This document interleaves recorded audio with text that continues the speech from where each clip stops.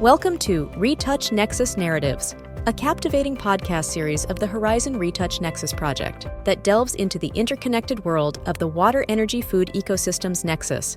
In short, WEFE Nexus. As water scarcity continues to pose significant challenges globally, the purpose of this podcast is to offer a dynamic platform for dialogue, knowledge exchange, and innovative solutions, and to bring together diverse stakeholder voices and perspectives from the 6 European RETOUCH NEXUS case studies. Join us as we explore regional and sectoral insights, engage with current events, and uncover emerging trends in the WEFE Nexus landscape. Tune in and be part of the conversation that shapes the future of water security and climate action. As climate change continues to unfold, and challenges such as floods, droughts, and permanent water scarcity become more pressing, what does a truly sustainable water future look like? In today's episode, we dive into the present and the future of water policy in Spain, and perhaps everywhere, exploring the foundations of a new water culture that emphasizes ecological integrity, emotional connection, and public participation. And to discuss this topic with me today, I have the pleasure to welcome in our podcast Professor Dr. Francesc La Roca. He holds a PhD in economics from the University of Valencia, where he also taught at the Department of Applied Economics. His research explores socio-economic aspects of the environmental crisis, with a strong focus on water policy and industrial pollution prevention. Professor La Roca is also one of the founding members of the Fundación Nueva Cultura del Agua, the New Water Culture Foundation, where he currently coordinates the Water Framework Observatory. Professor La Roca, thank you for joining our podcast. It's a pleasure to have you with us today. Could you maybe tell us a bit about your academic journey and also about your current work at the Foundation? Yes, good morning. Thank you for inviting me. I started as an economist specialized in urban and regional economics. Thereafter, I did my PhD in Germany in the Institute for Econometrics and Statistics in Mainz, so with a quantitative profile. But later, I had the possibility of spending a sabbatic year in Venice in the Department for Social and Economic Analysis of the Territory, because my profile was clearly territorial. And there I discovered, so to say, the environment. And I thought that ecosystems analysis was a good tool for expanding the idea of territory. And since this moment, I specialized in aspects of the environmental crisis. And it was the end of the century, I think in 98.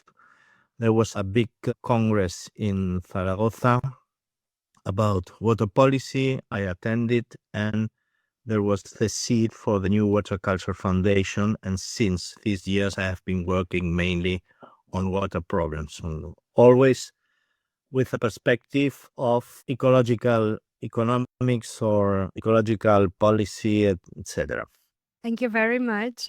So we're very interested to know a bit about the foundation. The Fundación Nueva Cultura del Agua advocates for a new water culture. Could you explain to us what this concept means and where, in your opinion, you can see this already being implemented in practice? Well, the new water culture is new comparing with the mainstream water management approach of the 20th century. Instead of focusing on the building of big hydraulic works, dams and transfer channels, with the purpose of increasing water supply for production, the new water culture promotes a different view of water, based on the recognition of its complexity and multiple dimensions. This new water view fosters the protection of the water cycle as a whole as a precondition for a sustainable water use. This means a renewed view of rivers, for instance, as complex systems with multiple functions which provide humans with a wide set of economic services, not only material, but also emotional. And this is an important element, these emotional dimensions of our work. This also means a new social relationship with water bodies in general, springs, rivers, lakes, seeing them not just an economic resource, but as a constituent element of life. This implies to approach water management with the people and to highlight, with the help of science and vernacular knowledge, the forgotten or despised values of water. At present, new water culture is a recognized label in the world of water policy in Spain and other countries. And so it has also raised reactions of the, let's say, the old water culture. Thank you very much. Going in this direction of this new relationship with water bodies and water resources that you mentioned, in October last year, Spain and particularly Valencia was hit by this catastrophic floods that caught the attention of the whole world and that tragically resulted in over 200 deaths in Spain. Could you help us understand a bit what led to these extreme events and how might a new water culture approach offer more resilience in face of climate-driven disasters and climate-driven extreme events? Well, floods are a part of the natural cycle. And in this part of the Mediterranean region, they often take the form of flash floods. Socioeconomic changes of the last 60 years have changed the territory, and as a consequence, the vulnerability before such events has increased. The natural outflowways have been occupied with buildings and transport infrastructures. Soils have been sealed with asphalt and concrete, so the infiltration is reduced while surface runoff is increased. There is not a solution, but a wide combinations of different measures, ranging from giving back space to rivers to inform, educate, and involve citizens in the understanding and prevention of risks. The dramatic number of deaths in the last Valencian flood have been caused by the negligent management of the emergency by the regional authorities, who sent the alert late and badly. Thank you very much. Beyond this extreme weather events, climate change also poses wider challenges to Spain's water resources. This is especially in terms of water availability, the long-term use of water, and the increasing droughts. How do you see that Spanish water policy has evolved in response to these pressures in the last years? And are there any examples of successful climate adaptation measures that are already in place that you see? I would say that we have a long way before us for adapting water policies, not only to more frequent, severe, and long droughts as foreseen by climate models, but also to permanent scarcity. In the basins where overexploitations has been the rule during decades. River basin plans, the present plans, in force include different climate change scenarios, but they haven't been translated into measures. At present, climate change adaptation is really absent in water management planning. However, regardless of climate change adaptation, some work has been done in drought management. For each basin, a drought special plan has been approved in order to anticipate water shortfalls and proceed to a reassignment of the available flows under different drought scenarios. Continuing talking about policy, so since 2006, the Foundation has done a work of assessing water policy in Spain, both at the national level and at the river basin level. In your opinion, what are the biggest gaps that still need to be addressed for a sustainable water use in Spain?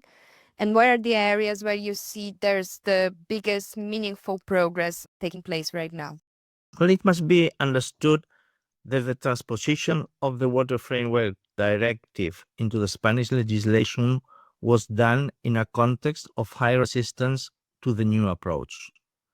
Some users, notably but not only irrigators and an important part of the Spanish administration, tried to reduce the necessary changes to a minimum, and to a good extent they succeeded. One of the key areas where we still face the results of this old battle is the underdevelopment of economic instruments, especially the non-existent application of the polluter pays principle and the limited recovery of costs. On the other hand, mandatory participation processes are carried out, but frequently only in a ceremonial way, which means with poor or no effects. The internal organization of the water management institutions, basin authorities, has remained unchanged, and so unadapted to the new requirements of the Water Framework Directive implementation.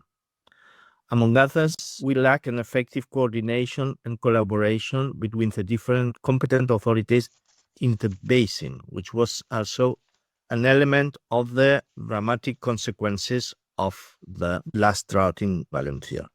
There are technical aspects which can be clearly improved, such as some state indicators, for instance, fishes indicators, which are scarcely used, or methods for the establishment of ecological flow regimes, which are not sufficient for establishing effective environmental flows, and marine and transition water bodies are clearly disregarded. Some basins, notoriously the Ebro Basin, are still promoting regulation works and irrigating surface increase, disregarding social and environmental impacts. Of course, after 25 years of the Water Framework Directive enforcement, some aspects have been improved. There is more transparency, more effective control of water use, and a certain cultural change in the younger generation working at the basin organism, which means certain hope that we are changed in the good direction. Thank you. That's a very optimistic final for your answer. You mentioned now the underdevelopment of economic instruments for the implementation of water policy. So let's talk a bit about these tools. What potential do you see in incentive-based mechanisms like water markets, water pricing, or subsidies to encourage a more sustainable water use? And are there any standout examples of the implementation of this kind of tool that you see where this has been really used effectively and achieved a nice result? Well, starting with water markets, I don't see that this could be a good instrument. We have two ways of changing water rights in Spain. One is water markets, and the other one is like a water bank. Water markets have the problem that they don't take into account the environmental aspects. So the water which is changed under market schemes normally is transferred from one basin to another, or from one place to another, so that it's only focused on the resource. It means to the relationship to production, but disregard all the ecological aspects, all the ecological functions that water in its environment fulfill. On the other side, before discussing instruments, we need instruments like prices or subsidies. We need accurate estimations of the whole cost of water services and a clear view of who is damaging the environment, impeding the achievement of the good status of the water bodies that will allow for a sustainable use. This means that water prices and subsidies are the two sides of the same coin. In Spain, some water uses, like the agrarian one, is highly subsidized directly by the water administrations to the extent that there is no a full cost recovery, but also through the common agriculture policy, as far as it supports economical agrarian business with a high impact on the state of the water bodies. Prices can help both in promotion of a more efficient and less damaging use of water, as well as contributing to cover the costs of water administration, which is also important. In a theoretical situation in which prices are on stage, in which prices are implemented, subsidies may be needed to smooth transitions or adaptation policies, mainly in relation to climate change and adaptation policies, where some sectors or some activities may need to increase their adaptation efforts, and so they will need help. But both instruments, prices and subsidies, are exposed to perverse effects. In this sense, a clear policy context and need prioritization criteria are to be defined to prevent these perverse effects. Now, to conclude our interview, our last question is on a very fundamental topic that you also mentioned before. So public participation and stakeholder engagement are core principles of the new water culture. How does the foundation put this in practice, and what kind of initiatives or activities does it support, and how can citizens and other organizations get involved with the work you do? Well, we in the foundation engage with a different way of practicing science. In situations like water policy, where facts are uncertain, values in dispute, stakes high, and decisions urgent, we need to go beyond disciplinary barriers and involve stakeholders in the scientific process. This is the big challenge of the foundation, a foundation formed mainly by academicians and technicians and also social movement representatives. On the other side, as a result of water problems and conflicts, networks for a new water culture have been created in different basins and regions. We have these kind of networks in the Ebro Basin, in the Júcar Basin, in Andalusia or Catalonia. These networks work in close relationship with the foundation, and from the side of the foundation, we try to use all possible channels for spreading the new water culture, from the involvement and support to water social movements to formal participation process or collaboration with public administrations. Thank you very much. Thank you for our interview today. I think this was very interesting and very informative for our listeners. It was really a pleasure having you with us. Bye-bye. Bye. If you are interested in further episodes or news and outcomes from the RETOUCH Nexus project, check out our website, retouch-nexus.eu. Thank you for tuning in, and let's stay in retouch.